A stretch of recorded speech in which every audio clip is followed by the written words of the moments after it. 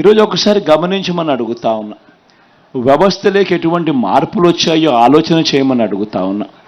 ఈ వ్యవస్థలు ఎంత అవసరమో ఇది ముందుకు కొనసాగడానికి ఎంత అవసరమో కూడా ఆలోచన చేయమని అడుగుతా ఉన్నా.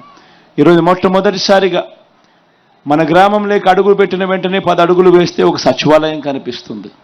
గతంలో లేదు, ఈ 58 నెలల కాలంలోనే వచ్చింది.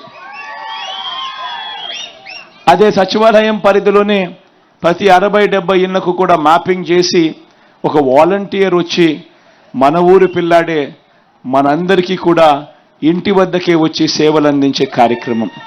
ఇవన్నీ కూడా గతంలో లేవు. మరో 4 అడుగులు ముందుకు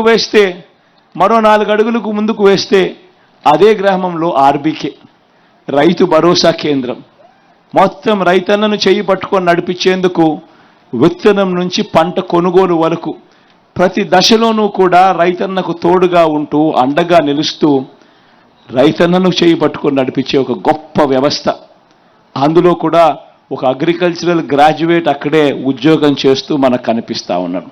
మొట్టమొదటిసారిగా వ్యవసాయం మారింది. ఇంతకుముందు రైతన్నలు ఇన్సూరెన్స్ చేసుకోవాలి అని అంటే ఎవడో బ్యాంకుకు పోయి క్రాప్ లోన్ తీసుకుంటేనే ఇన్సూరెన్సు. ఆ బ్యాంకుకు వెళ్ళి ఆ క్రాప్ లోన్ తీసుకోకపోతే ఆ రైతన్నకి ఇన్సూరెన్సే వచ్చేదే పరిస్థితే లేదు. ఆ బ్యాంకుకు వెళ్ళి ఆ రైతన్న ఇన్సూరెన్స్ తీసుకోవాలనంటే ఆ క్రాప్ లోన్ ఇచ్చేటప్పుడు 4% 5% కటింగ్ చేసి ఇన్సూరెన్స్ ప్రీమియం అని చెప్పి కటింగ్ చేసి లక్షకు 5,000 రూపాయలు కటింగ్ చేసి ఆ తర్వాతనే ఇన్సూరెన్స్ వచ్చే పరిస్థితి.